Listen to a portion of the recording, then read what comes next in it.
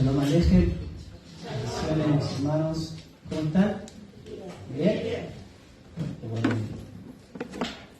Bueno, hoy es un día especial, un día que el Eterno santificó y bendijo desde la creación.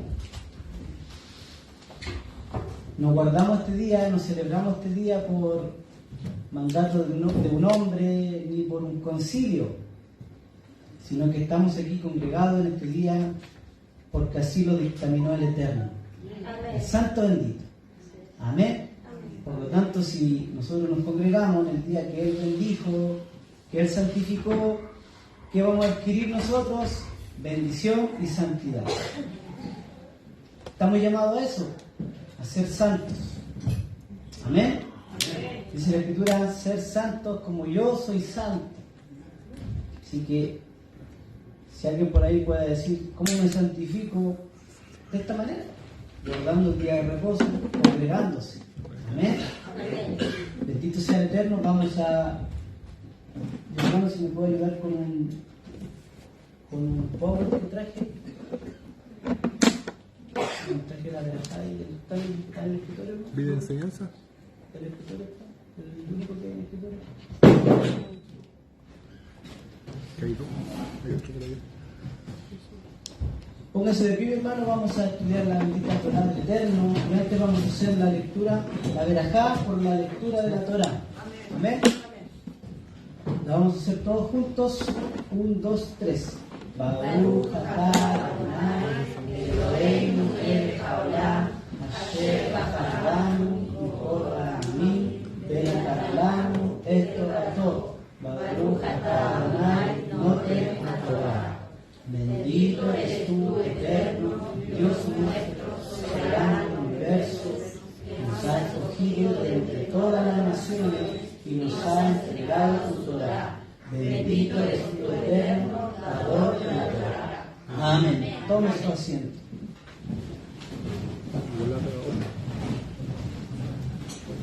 Bueno, le doy gracias al Eterno antes de entrar de lleno a la parashá por la vida de mi padre, que está mejor. En buen chileno voy a decir una palabra en buen chileno. La vimos fea, hermano. La vimos fea, la verdad. Estuvo difícil en un momento que pasamos. Sobre todo mi madre, que estuvo sola. Me llamó angustiada, hermano. Imagínense, tempranito también, como 7 de la mañana, 8 de la mañana, por ahí. Que te llamen llorando, no sabes qué pasa.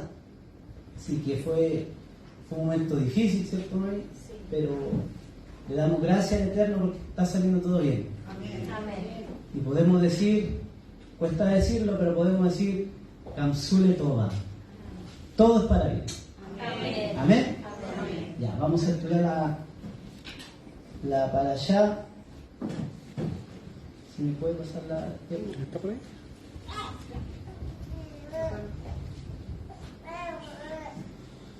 Pasa la cosita.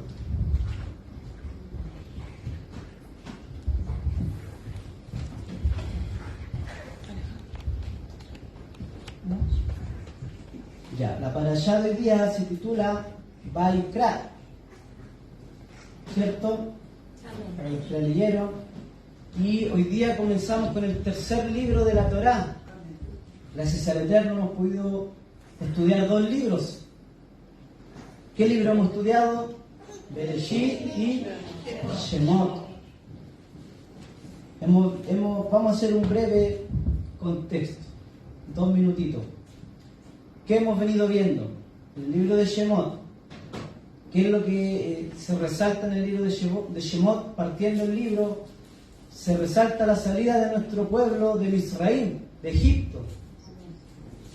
De esa manera comienza el libro, viendo cómo nuestro pueblo clama porque está en angustia, porque está en esclavitud.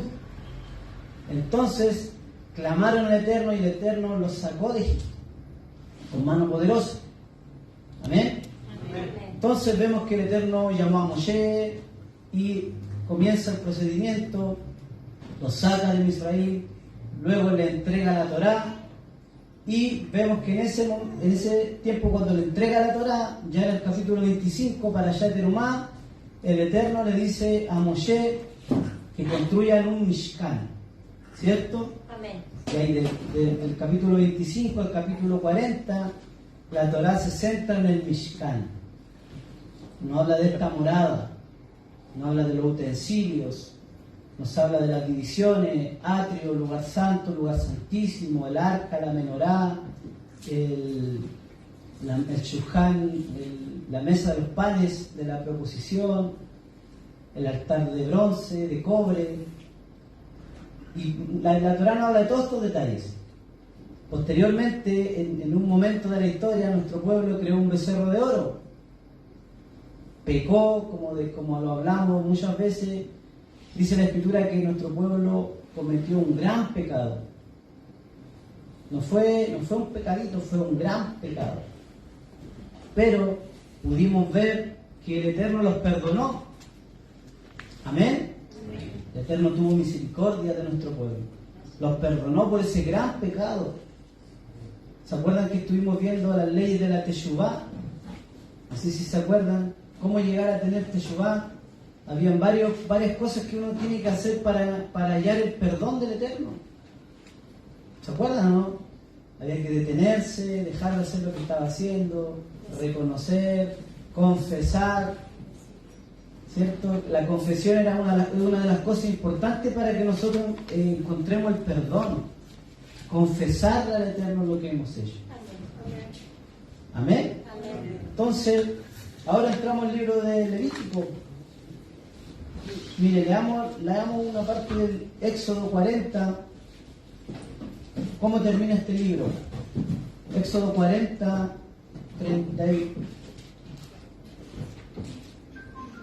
34 dice: entonces una nube cubrió el tabernáculo de reunión y la gloria del Eterno llenó el tabernáculo.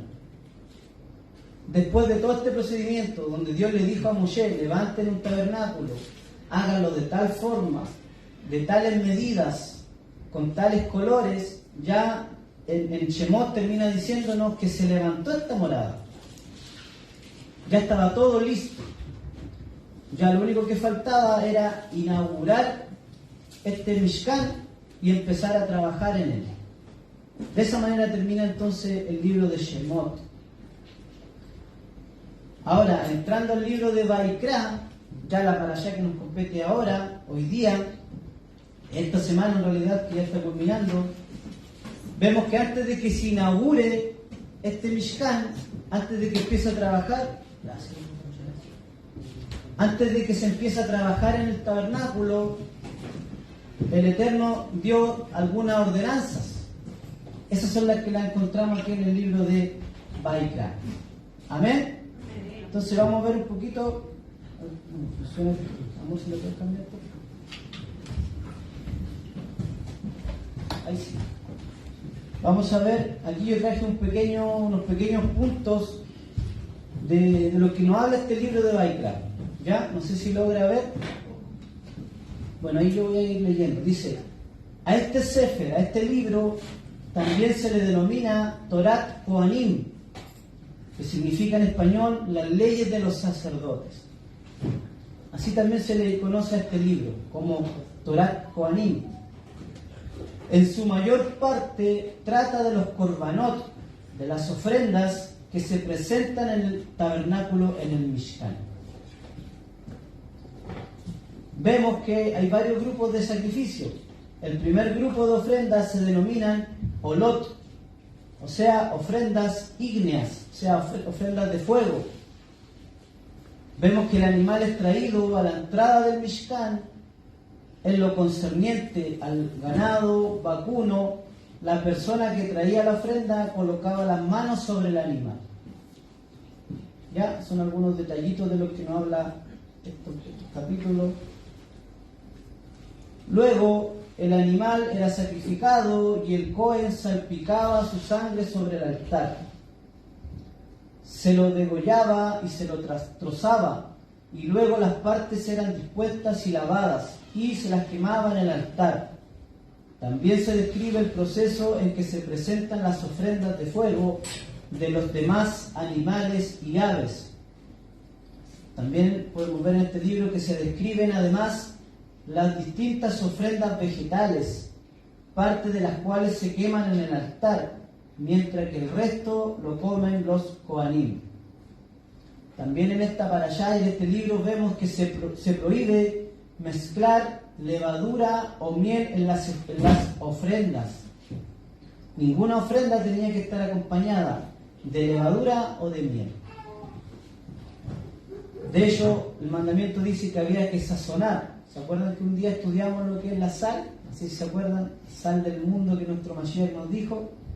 Era un mandamiento que toda ofrenda sea sazonada con sal. Por eso le llamamos sal al pancito en Shabbat. La ofrenda pacífica, parte de la cual es quemada en el altar, y la otra parte comida, puede ser tanto de ganado, vacuno, como de ovejas y cabras. También vemos que la Torá prohíbe comer sangre y geled, cierta grasa de los animales. Se detallan también los sacrificios expiatorios que expían los pecados cometidos por error, tanto por parte del Kohen Gadol, el sumo sacerdote, como por toda la comunidad, el príncipe y el ciudadano común. También vemos que se enumeran en este libro las leyes de las ofrendas de culpa, que expían ciertas transgresiones verbales y pecados relativos a las leyes de pureza ritual. Aquí es algo que nosotros tenemos que también entender, que había un sacrificio que se hacía para toda clase de impureza ritual, no por pecado. Esto es lo que nosotros tenemos que tener claro. Por ejemplo, cuando una mujer daba a luz un hijo, ritualmente quedaba impura, no podía acercarse al templo, al tabernáculo. Para poder acercarse tenía que presentar una ofrenda. Y a esta ofrenda en la Biblia se le conoce como la ofrenda por el pecado, pero en realidad es por pureza ritual. Amén.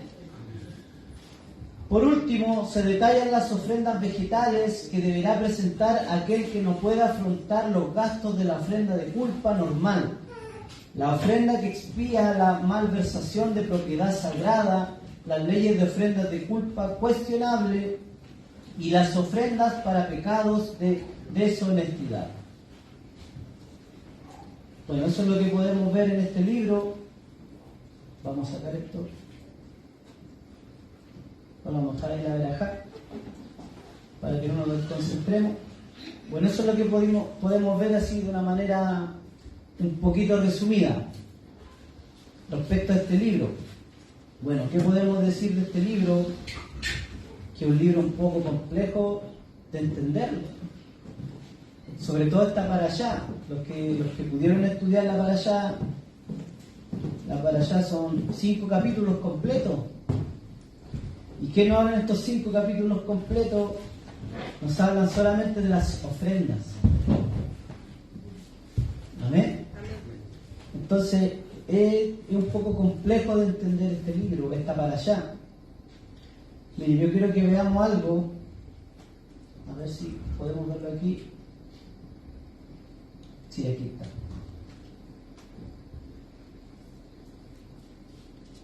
¿Logra ver algo? ¿No? ¿Logran ver algo? Mire, si ustedes se fijan, aquí hay 3 ofrendas y acá abajo hay 2. Aquí tenemos el capítulo 1, el capítulo 2 y el capítulo 3. Esto los podemos encerrar en un solo grupo. Y el capítulo 4 y el capítulo 5, otro grupo. Amén. Entonces podríamos decir que hay 2 grupos de ofrendas a Dios. ¿Y qué es lo que hace que nosotros diferenciemos 2 grupos? ¿Por qué diferenciamos 2 grupos? Tenemos que decir que hay una diferencia entre estas 3 ofrendas con estas 2. Hay una diferencia. ¿Cuál es la diferencia? La diferencia está en que estas 3 ofrendas son voluntarias. Y estas 2 ofrendas son obligatorias. Ahí está la diferencia. Amén. La primera ofrenda, Olá, Minjá y Shelamim son voluntarias. Eso es lo que nosotros tenemos que tener claro. Y Hatat y Asham entonces son obligatorias. Aquí yo traje un cuadrito de qué es lo que significa más o menos cada ofrenda. La ofrenda del capítulo 1, que dice aquí en la Reina Valera Holocausto, es una ofrenda de ascensión. La encontramos en Levítico 1 al 17 y también en el capítulo 6, 8 al 13. Minjá es la ofrenda de oblación, la ofrenda de cereal. La encontramos en el capítulo 3 y en el capítulo 7. La ofrenda de Shelamim es la ofrenda de paz, de pacificación. La encontramos en el capítulo 3 y el capítulo 7. Me equivoqué, ahí era el 2 y el 6.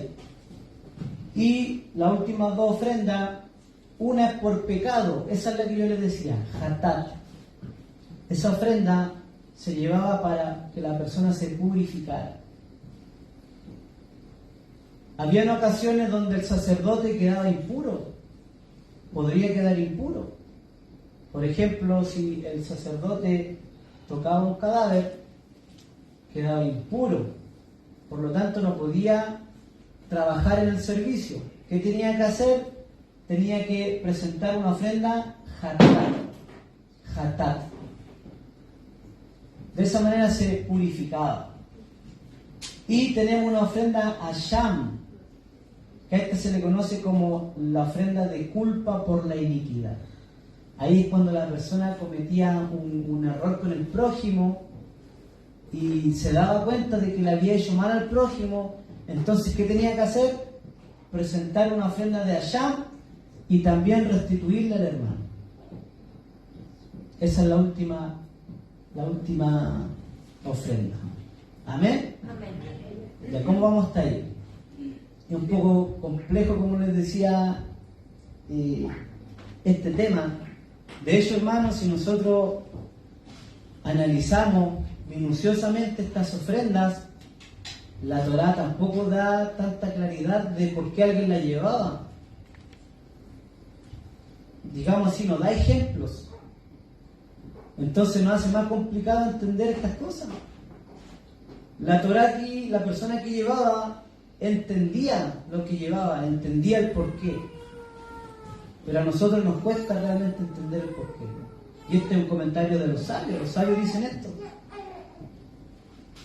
Entonces es un poquito complejo entender el tema de los sacrificios. Aquí tenemos un comentario de los sabios que dicen: el oferente en los tiempos del templo conocía el significado detrás de los sacrificios. Nosotros, sin embargo, solo podemos deducir de las leyes de los diferentes sacrificios lo que cada uno de ellos expresaba. Difícilmente, hermano, nosotros podemos decir plenamente lo que significaba cada sacrificio. Difícilmente. Lo único que nosotros vemos claramente en la Torá, que el primer grupo, los primeros 3, son voluntarios. Eso lo vemos claramente en los textos.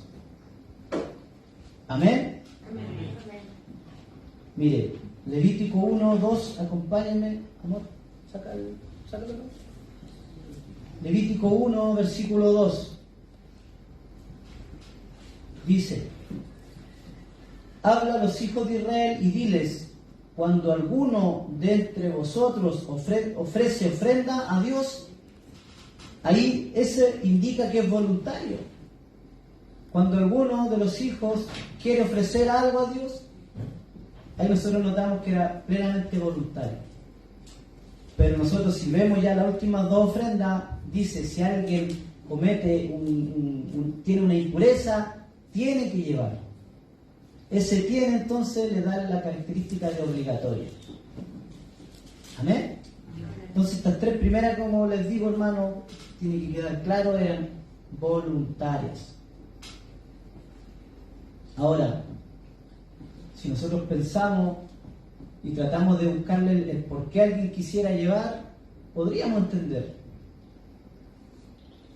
Por ejemplo, si yo le hice una petición al Eterno y el Eterno me cumplió, a modo de gratitud, podía llevar una ofrenda.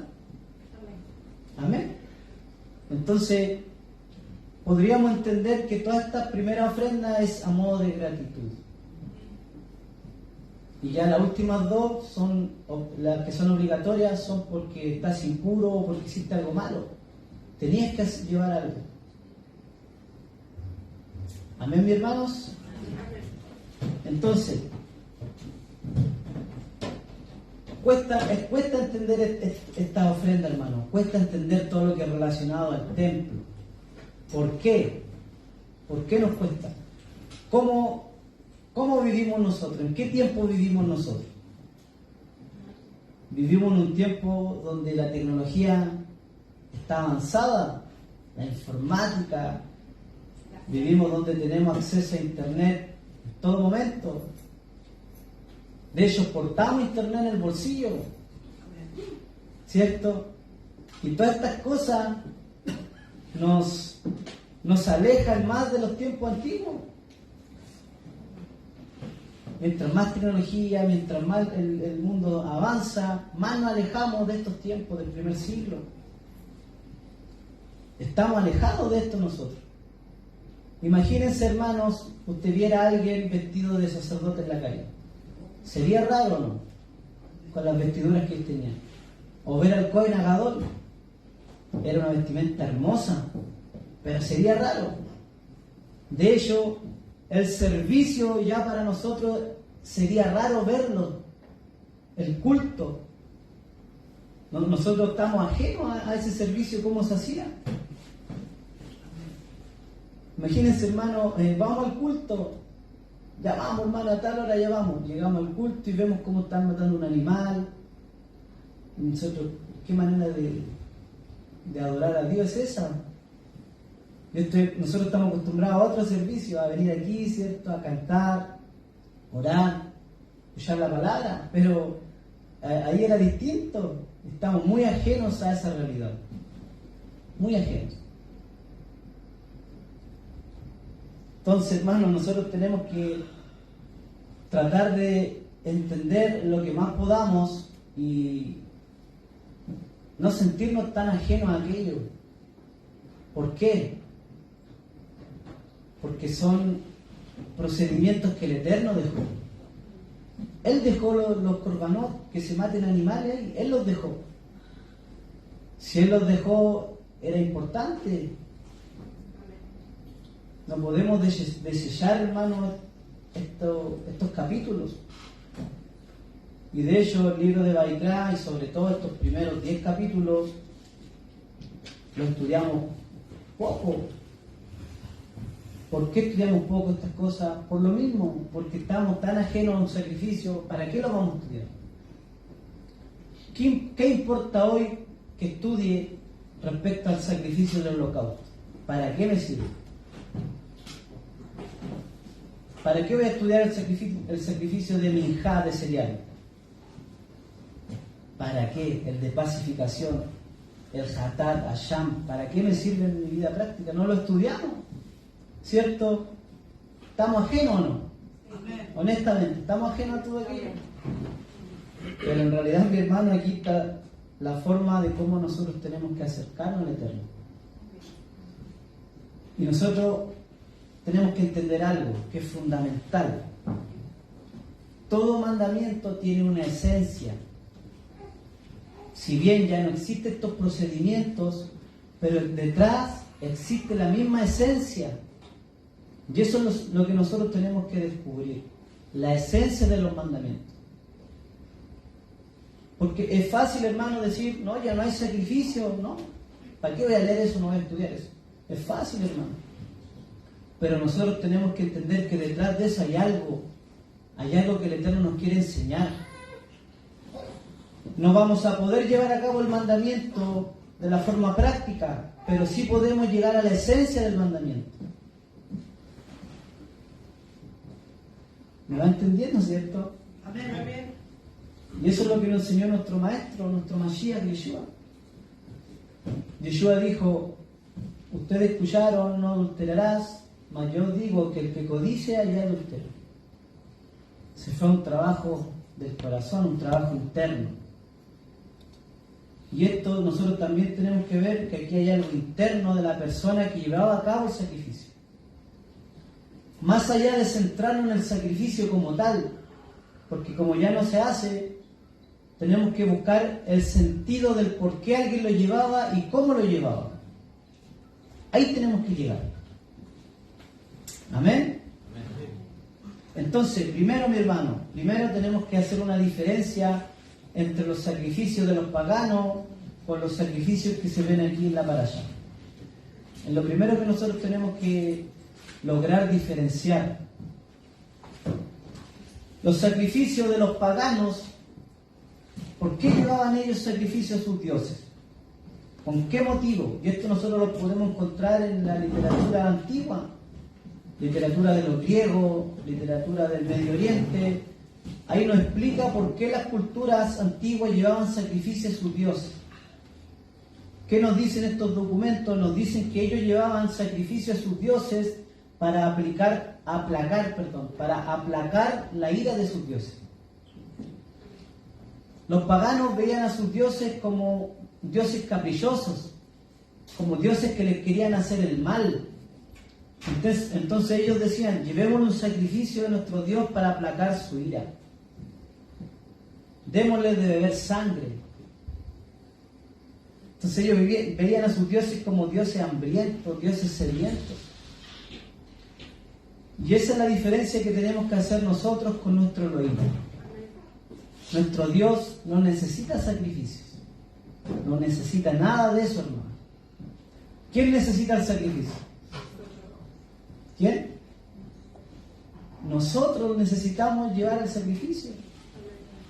Si estuviéramos, hermano, en este tiempo, nosotros somos los que necesitaríamos llevarle un sacrificio al Eterno. Él no necesita un sacrificio. Y ahí es donde tenemos que hacer la diferencia nosotros. Los paganos decían que sus dioses necesitaban un sacrificio para aplacar su ira. Pero nuestro Elohim no necesita ningún sacrificio. Nosotros necesitamos un sacrificio. Para poder entender esto, hermanos, tenemos que comprender la palabra hebrea que se usa aquí. Mire, volvamos a leer capítulo 1, versículo 2. Nos decía, habla a los hijos de Israel y diles, cuando alguno de entre vosotros ofrece ofrenda a Dios de ganado, vacuno o ovejuno, haréis vuestra ofrenda. Ahí cuando la Torá nos dice ofrenda, ahí usa la palabra hebrea korban. Esta es la palabra que tenemos que entender. ¿Qué significa la palabra korban? Partamos diciendo que no significa sacrificio ni ofrenda. Korban no significa sacrificio y ofrenda, como suele traducirse en español, sino que en realidad su raíz significa acercarse. O sea que korban nos habla de un acercamiento. El objetivo del hombre es esforzarse para acercarse a Dios tanto como le sea posible. Llevar un animal al templo y elevar sus partes en el altar para Dios declara nuestro deseo de llevar nuestra parte material más cerca de Dios. O sea que lo que se llevaba aquí, hermanos, era para acercarse a Dios.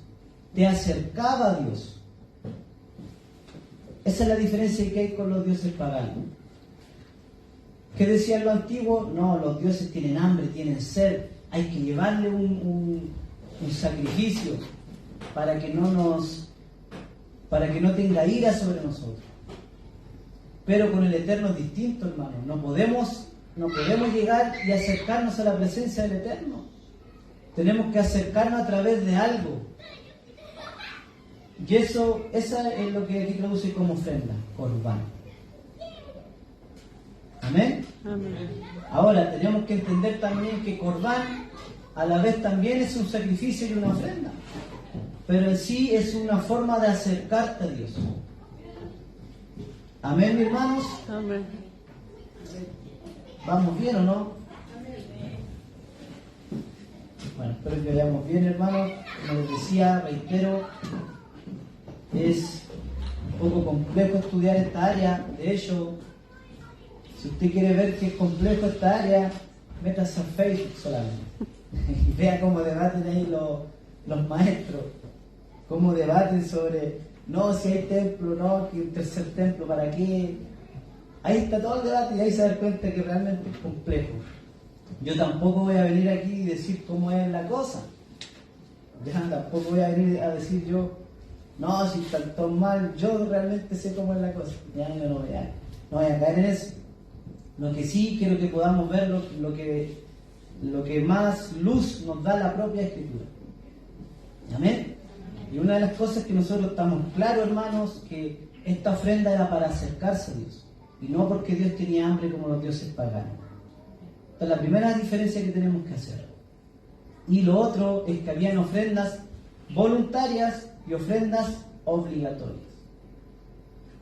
Ya, hasta ahí vamos bien, ¿cierto? Con esos dos puntos principales, hermano. Mire, también quiero enfocarme en algo que estuvimos hablando la semana pasada con mi hermano allá en Purén. Los que estuvieron ahí recordarán más o menos de qué hablamos, y los que no estuvieron se lo perdieron. Sí. Para los que estuvieron allá, hermanos, estuvimos hablando sobre, hay tres cosas por las que se sostiene el mundo. Mire, el Pirkei Avot, el Tratado de los Padres. Hemos hablado hartas veces del Pirkei Avot. Dijimos que el Pirkei Avot es un libro de Musar, que nos enseña ética, comportamiento, refinar nuestro carácter. En ese tratado, Pirkei Avot, capítulo 1, verso 2, dice, el mundo se sostiene en tres cosas: en la Torá, en el servicio a Dios y en los actos de bondad.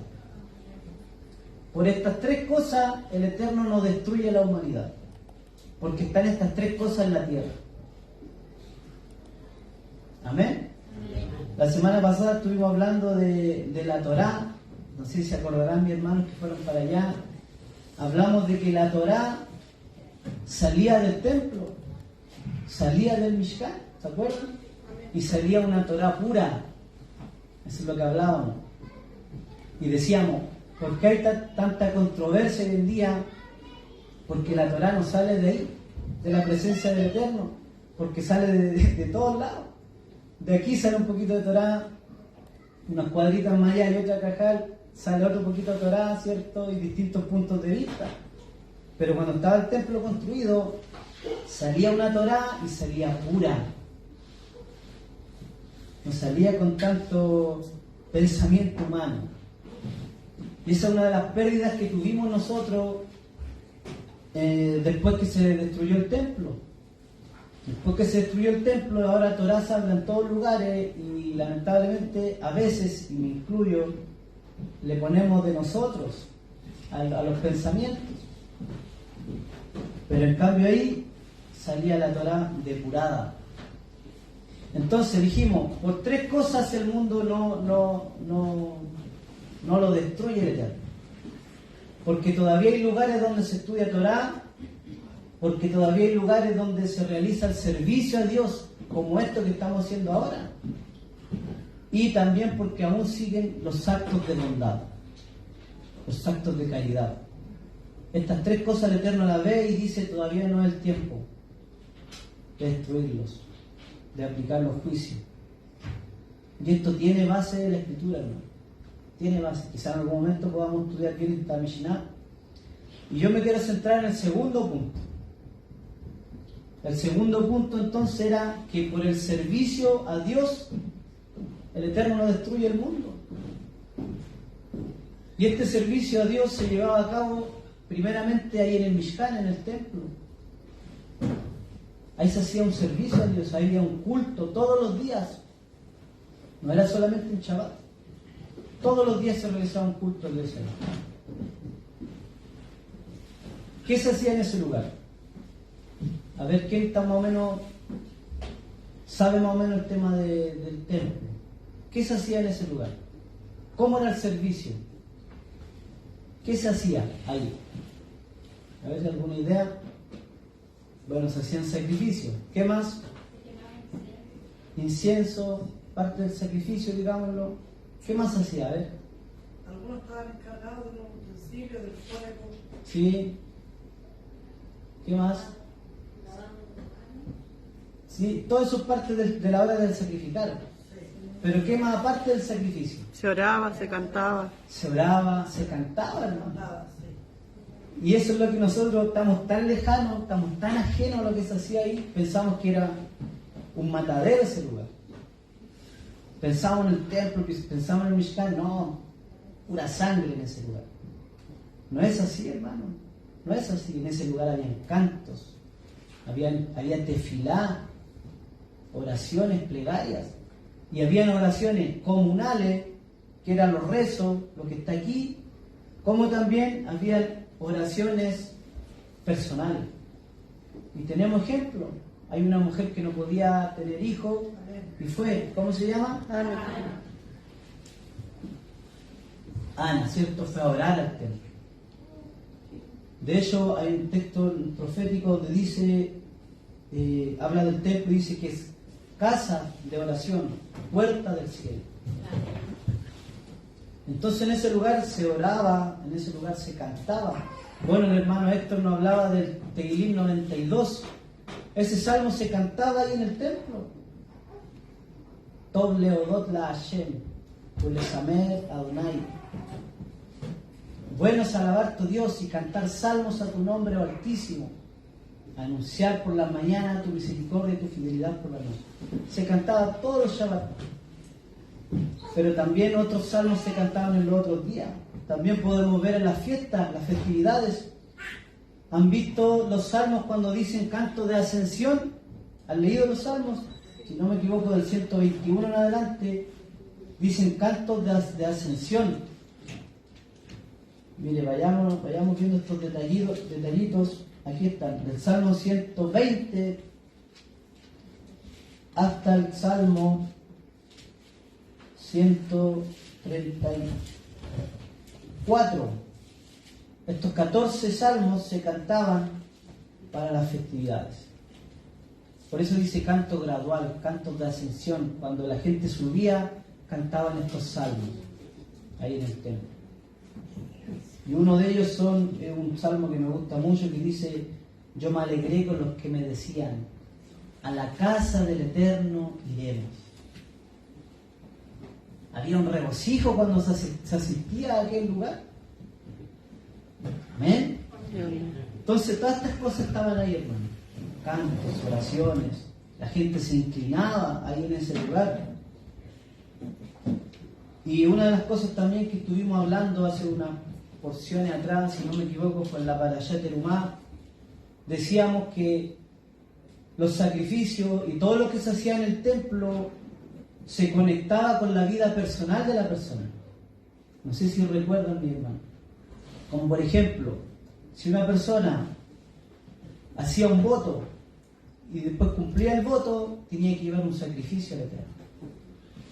Si una mujer daba luz, tenía que ir al templo a dar gracias. Si una persona era dueña de animalitos y le nacían animalitos, también tenía que ir al templo. Entonces vemos que los sacrificios y las ofrendas que se llevaban a cabo conectaba a la persona en general, en toda su vida. Si la persona tenía cosechas y salían las cosechas, ¿qué tenía que hacer la persona? Agarrar su cosecha y presentarla delante del Eterno. Entonces todo giraba en torno al templo, al servicio de Dios. ¿Amén? Amén. ¿Vamos bien, hermanos? Ya. Ahora, también tenemos que entender algo. Algunas ofrendas, algunos korbanot, no eran aceptados por el Eterno. Tampoco era llegar y llevar una ofrenda, un sacrificio al Eterno.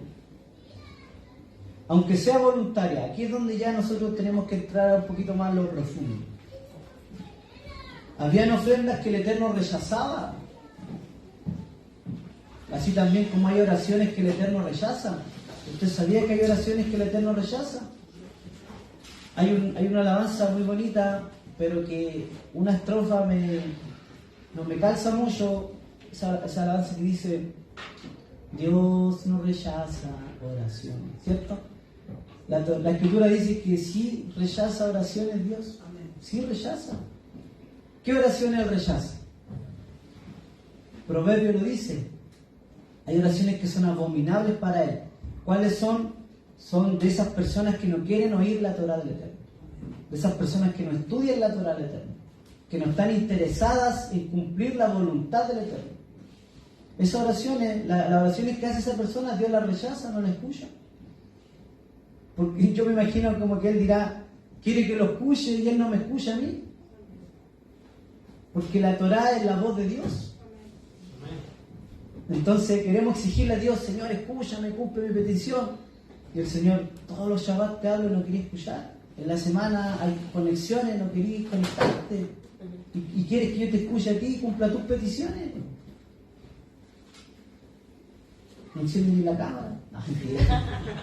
No, mentira, hermano, mentira.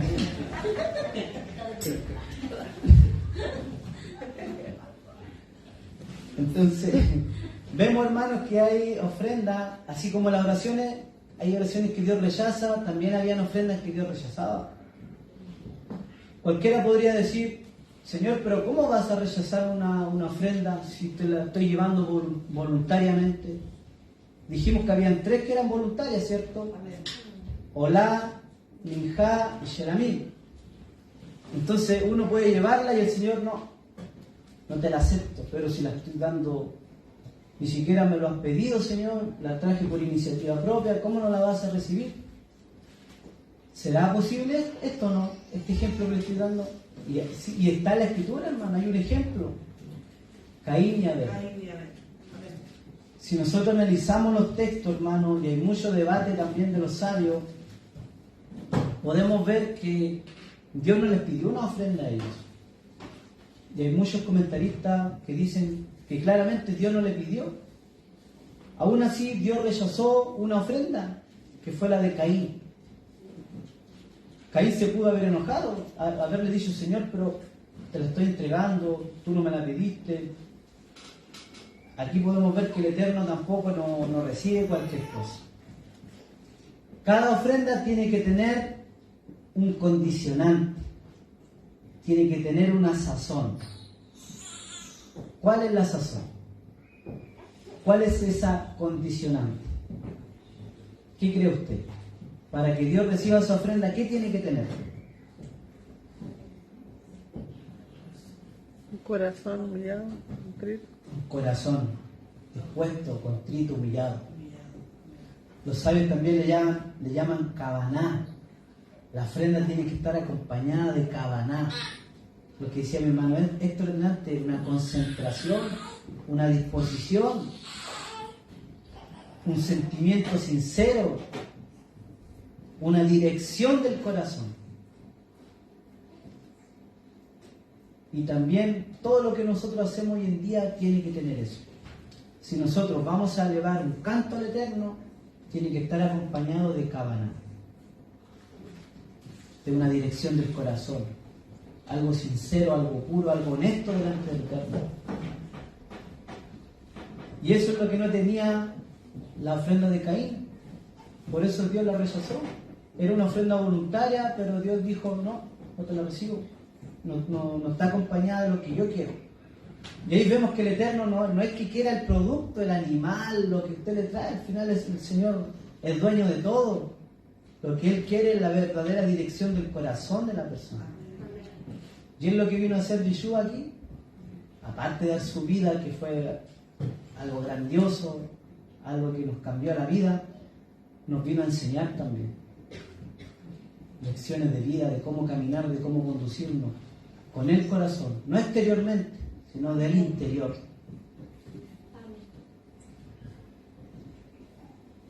Entonces vemos que sí hay oraciones, sí hay sacrificio, korbanot, que Dios la rechaza, y también como hay oraciones que Dios la rechaza.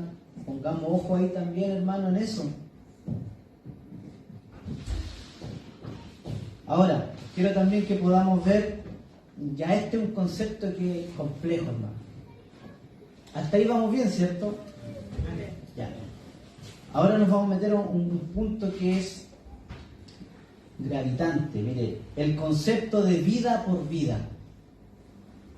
Este es un concepto que ha traído harta disyuntiva. Mire, hay un concepto que maneja los sabios, y esto está extraído de la Torá, hermano. Está extraído de la Torá, que es que aquella ofrenda te reemplaza a ti, es un sustituto tuyo. Si nosotros vemos, mire, la primera vez que se ve este ejemplo está en Bereshit, si lo quiere anotar, Bereshit capítulo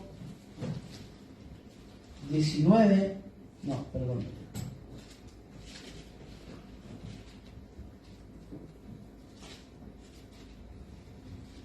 No lo tengo aquí, lo había anotado,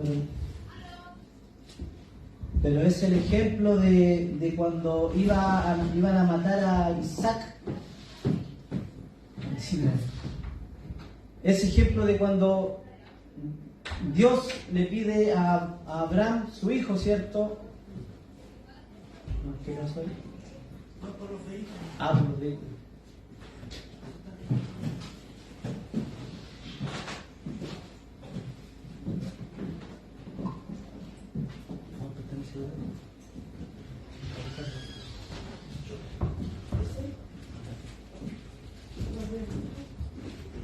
Vamos a esperar que arreglen esa situación, hermanos.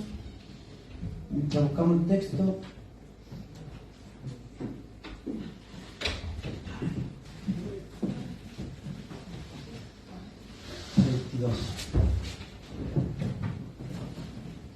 ¿Ya estamos ahí? Ya, mire, en el capítulo 22 de Bereshit, ahí está la historia de cuando el Eterno le pidió a Abraham su hijo. ¿Se acuerdan de ese episodio? Vemos que Abraham estaba a punto de sacrificar a su hijo y el Eterno paró a Abraham. Para Abraham le dijo, no lo mates, porque ya me di cuenta que tú estabas dispuesto aún a sacrificar tu único hijo. ¿Y qué hizo el Eterno?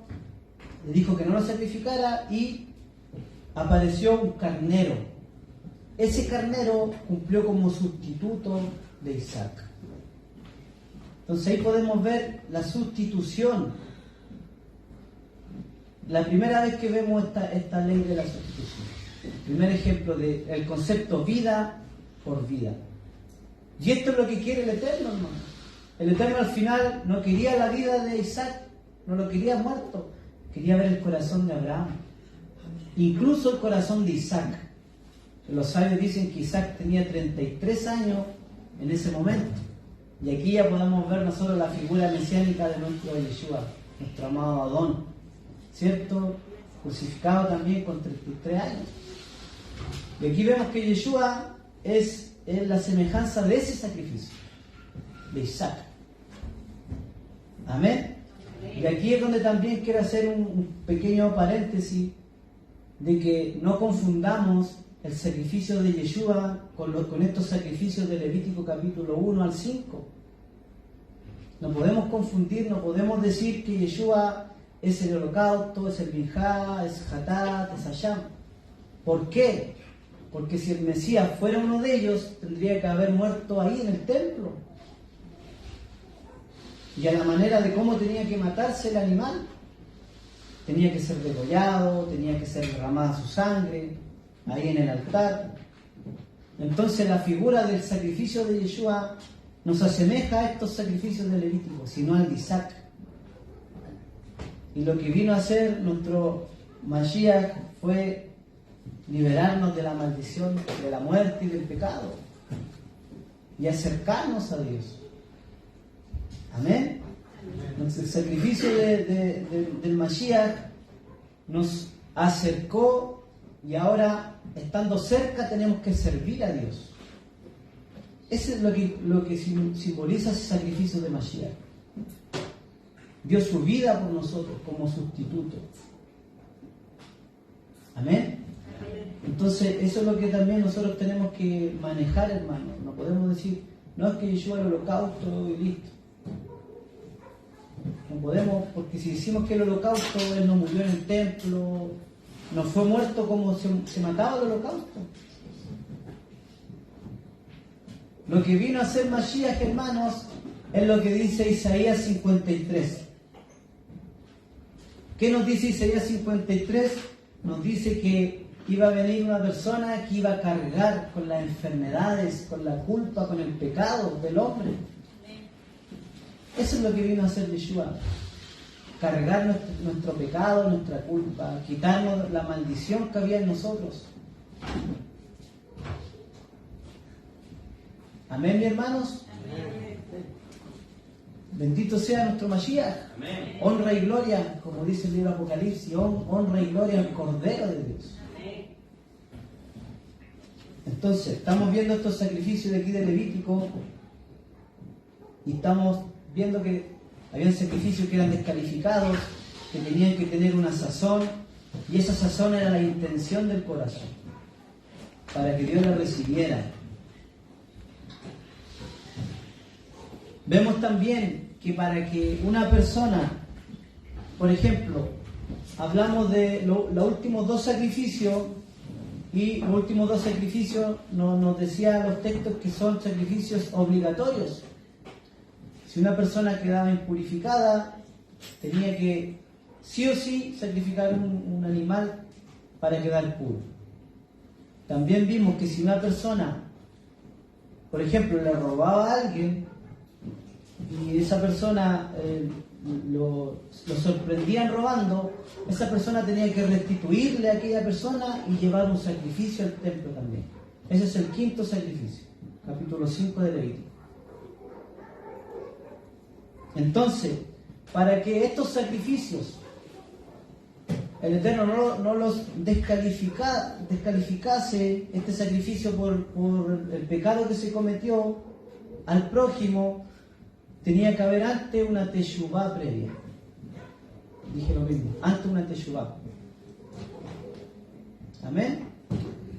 Los primeros tres tenía que haber una buena intención en el corazón, y los otros dos tenía que haber una teshuvá antes.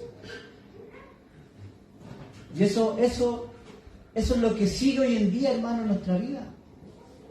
Ahí está el punto que nosotros tenemos que rescatar de todo esto.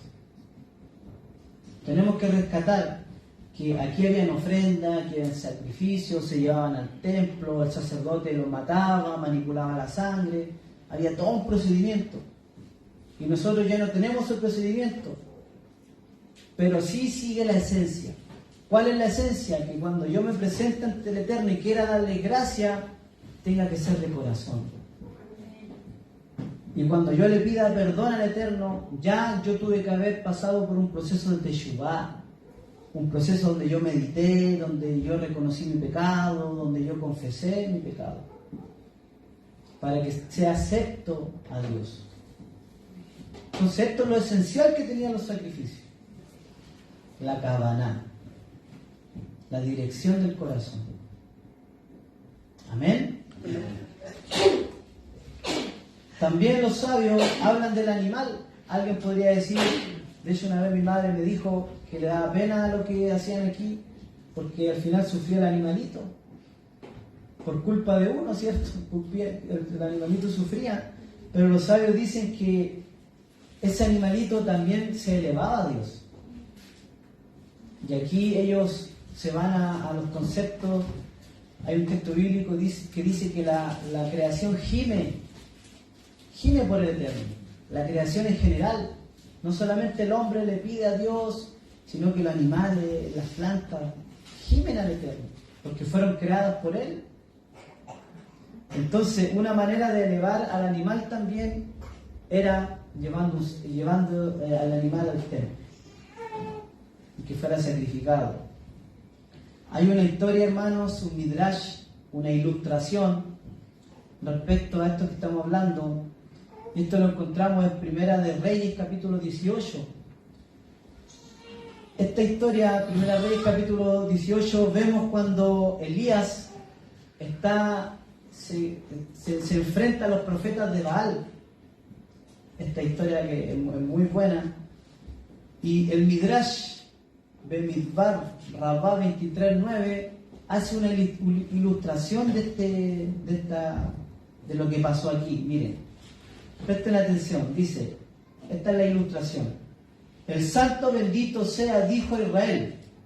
Aprendan una lección del novillo del profeta Elías. Cuando el profeta Elías dijo a los adoradores de Baal: elijan un becerro y prepárenlo primero porque son muchos. Los 450 profetas de Baal y los 400 profetas de Asera se reunieron alrededor, pero no podían mover las patas del novillo del suelo. Había un animalito que no se quería mover de ahí. ¿Qué hizo Elías?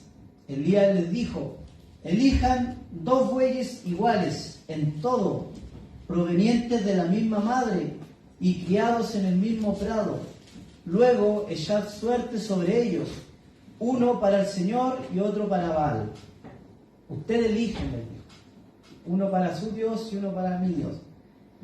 Y escoged vosotros mismos un buey. El novillo que salió para Elías lo siguió inmediatamente a Elías.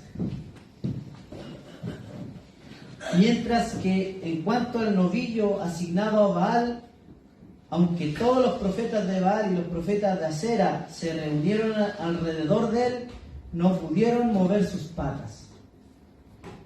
Elías comenzó a hablarle al novillo y le dijo: ve con ellos.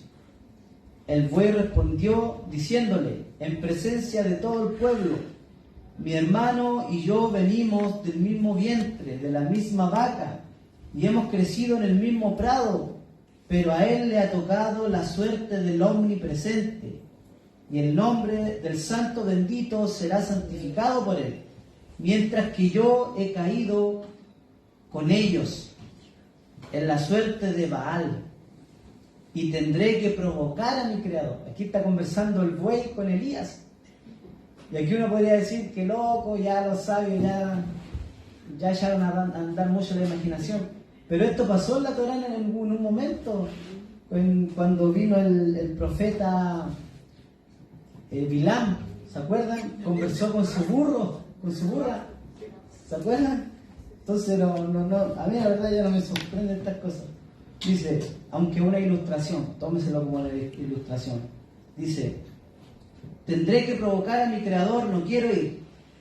Elías le dijo: buey, no temas, ve con ellos, y que esto no sea una excusa por su fracaso. De hecho, así como el nombre del santo bendito sea, será santificado por medio del buey. Eso está conmigo, así será santificado por medio de ti también. El novillo le respondió: viendo que me das tal consejo, te juro que de verdad no me quiero mover, no me entregues en sus manos. Y ahí el texto dice, mire, esto es lo que dice el texto bíblico, dice: y tomaron el becerro que él les dio. De ahí los sabios dicen, en realidad el que les dio el becerro a los profetas fue Elías, porque ellos no lo pudieron tomar, porque él no quería ser sacrificado por ellos. Entonces, de esta ilustración, los sabios dicen que también el animal que era matado en ese altar, también se elevaba a Dios. También se eleva la creación a través del animalito. Se elevan los animales también. Amén. Es difícil decir que hoy somos capaces de comprender y sentir la pérdida de los sacrificios como acercamiento a Dios. Un sacrificio lleva a su poseedor a una intimidad con Dios y a un sentimiento de devoción hasta un punto que hoy se desconoce. Al agregar sal con cada sacrificio, todas las partes de la creación se elevan a su fuente. tanto lo mineral, lo vegetal, los animales y la vida humana.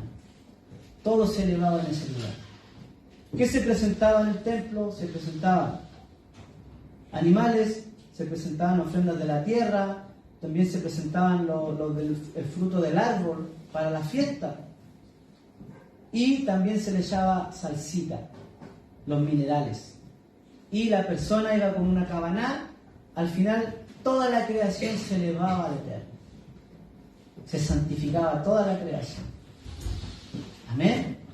Ese es el sentido, hermano, de las ofrendas al Eterno. Más allá de ver la muerte del animal, veamos que era una forma de santificarse, de acercarse y de elevarse a Dios. Y eso sigue presente, hermano. Como les decía, ya no hacemos sacrificio, ya no matamos un animal, pero nosotros tenemos que presentarnos con aquello, con esa sazón.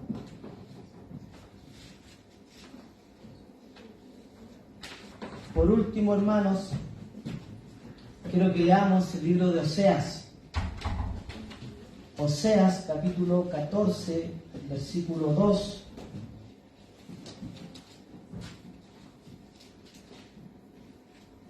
Dice la Escritura: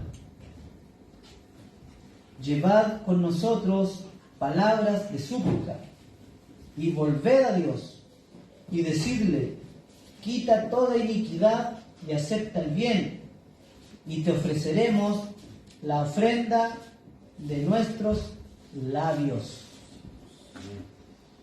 Hoy en día, hermanos, reiteramos, no está esto. Hace 2000 años que ya no se hacen sacrificios. 2000 años, hermano, que no tenemos esto, que un animal muera, que se lleve una ofrenda. Pero sí sigue la esencia, hermanos. Sí, aún tenemos que elevar ofrendas al Eterno. Y una de las formas que tenemos aquí, según Oseas, es lo que sale de nuestros labios. Presentarlos como ofrenda a Dios. Hay una halajá, una norma, que cada vez que se ore, se tiene que mirar a Israel. De hecho, cuando cantamos el Shema, bueno, no lo hacemos. No lo hacemos, porque yo lo hago en la casa. Tenemos que hacerlo, hermano. Casi todas las comunidades lo hacen. Todo el lugar, cuando van a cantar el Shema, ¿cierto?, se giran en dirección a Israel. Esa es una norma, una halajá. Los sabios la implementaron. ¿Por qué? Porque ahí estaba el lugar donde se hacía el servicio a Dios. Y ellos dicen, hay que dirigirse ahí, y de ahí las oraciones suben. Por eso usted también ve en el muro de los lamentos los papelitos, porque ahí estaba el templo, ahí estaba el servicio al Eterno, ahí estaba la presencia del Eterno.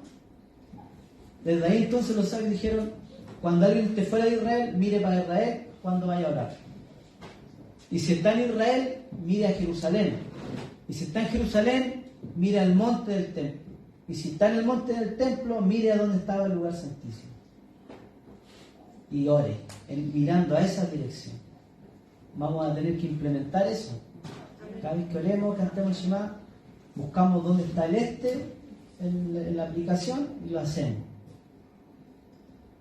Entonces, todo giraba ahí, hermano, en el templo, en la ofrenda, en el servicio, todo giraba ahí.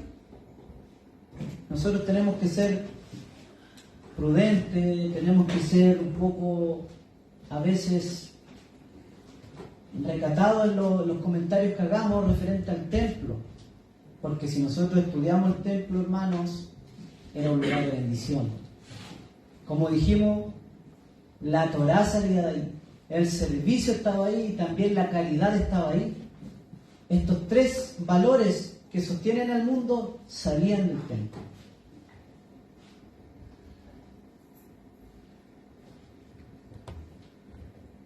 Quiero que podamos leer un versículo, hermanos, 2 versículos, ya estaríamos terminando con este breve comentario, esta reflexión. Hebreos 13, 15 y 16.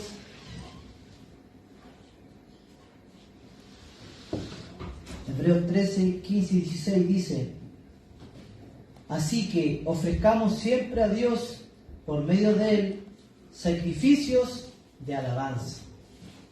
Es decir, frutos de labios que confiesen su nombre. Y de hacer bien y de la ayuda mutua no os olvidéis, porque de tales sacrificios se agrada Dios. Amén. Si usted analiza, hermano, aquí no está reemplazando. No es que uno diga, no, viste que ya no corre nada de eso, ahora esto. No es tan así de reemplazo, hermano. Fíjense que ambas cosas tienen la misma esencia. Esa ofrenda que se llevaba al templo tenía la misma esencia, tenía que llevar un corazón dispuesto, un corazón agradecido. Ahora ya no está ese ritual, ahora también, cada vez que hagamos algo, si vamos a cantar, si vamos a reunirnos con los hermanos, tiene que llevar la misma esencia. Amén. Un buen corazón, una buena disposición, con gratitud. O sea que el punto aquí es la esencia, más allá de la muerte y de la sangre que uno pueda sentirse ajeno a aquello. La esencia, hermano. La esencia es la importante de todas estas cosas. Romanos capítulo 12.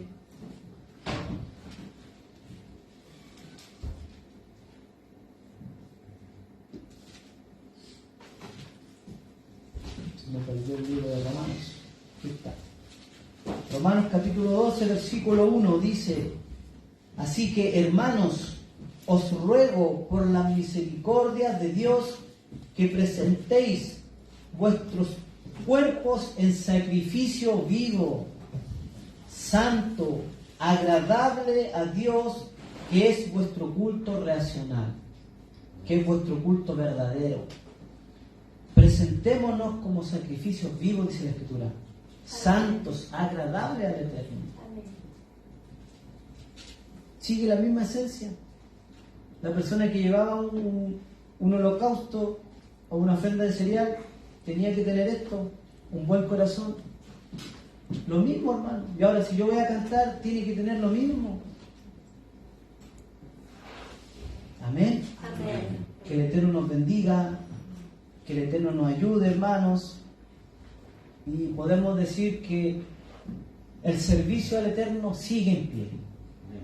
Ya no está el templo, ya no está esos procedimientos de rituales, pero el servicio sigue. Y somos nosotros los que le tenemos que dar vida a ese servicio. No matando animales, sino matando al animal que llevamos dentro. Doblegándonos, ¿cierto? Amén. Póngase de pie, mi hermano. Vamos a orar, vamos a orar, vamos a elevar una plegaria al Eterno. Presentemos un sacrificio de dolor grato en este momento, dándole gracias al Eterno. Palabras que salgan del corazón, hermano. Amén. ¿O no tiene nada que agradecer? Mucho, ¿cierto? Ya, agradezcamos a Dios, hermano. Cierre su ojo, levante sus manos y comience con la plegaria. Padre Santo, Avinu, Malkeinu, Padre nuestro, Rey nuestro. Aquí estamos ante ti, Señor, nuevamente. Señor, gracias por este día, gracias por este Shabbat que ya está culminando. Gracias, Padre, por dejarnos todas estas cosas, tu palabra, Señor, por enseñarnos cada día. Ayúdanos a comprender mejor todas estas cosas, Señor. A comprender lo que se hacía ahí en el templo, los sacrificios, Señor. Estamos muy ajenos a esas cosas.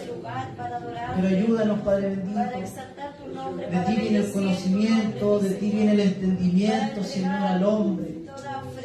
De ti viene la inteligencia, Señor. Danos estas cosas para poder comprender. Danos sabiduría, Señor amado. Reconocemos que necesitamos de tu sabiduría, Señor. Como dice en el libro de Jacob, el que esté falto de sabiduría, pídala. Y en este momento te pedimos, Señor, con fe, sabiduría para poder entender mejor tu palabra, para ser personas reales, personas que realmente guarden tu palabra, Señor. Personas que de verdad te amen con el corazón, Señor. No exteriormente. Ayúdanos, Padre bendito, a que todas las cosas que nosotros podamos hacer sean con esa sazón que tú pides, Señor. Padre. que es un corazón contrito, un corazón humillado, un corazón agradecido, En todo Señor. lugar del mundo que en este Shabbat Hemos podido ver, Señor, la esencia de los sacrificios, Señor, estas ofrendas que habían. anteriormente, Padre, Estas ofrendas, Señor, tenían que ser acompañadas de un buen corazón, tenían que ser acompañadas de teshuvá, de un arrepentimiento, también de una introspección, Señor. En este día, mi Señor. Hoy en día esa esencia